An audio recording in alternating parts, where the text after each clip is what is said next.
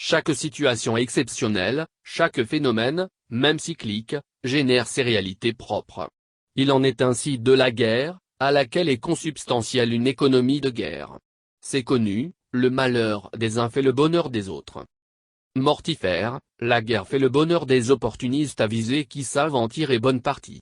La pandémie actuelle liée au coronavirus ne fait pas exception à cette tendance séculaire. Les premiers à en profiter sont les artisans qui, ici et là, ont fait appel à leur génie créateur pour coller aux besoins nés de cette pandémie. Les systèmes les plus ingénieux de lavage de mains ont ainsi été créés par leurs soins, afin de répondre aux besoins du moment. Les couturiers ont su tirer dans cette veine leur épingle du jeu avec la confection de masques en tissu. Dans cette dynamique inventive, notre vocabulaire s'en est trouvé aussi avancé avec des néologismes qui se sont imposés dans le langage courant avant de l'être dans les documents normatifs qui les consacrent.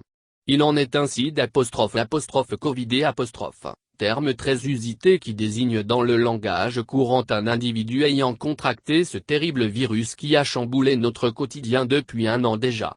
D'autres mots qui sont loin d'être des néologismes, se sont révélés tels confinement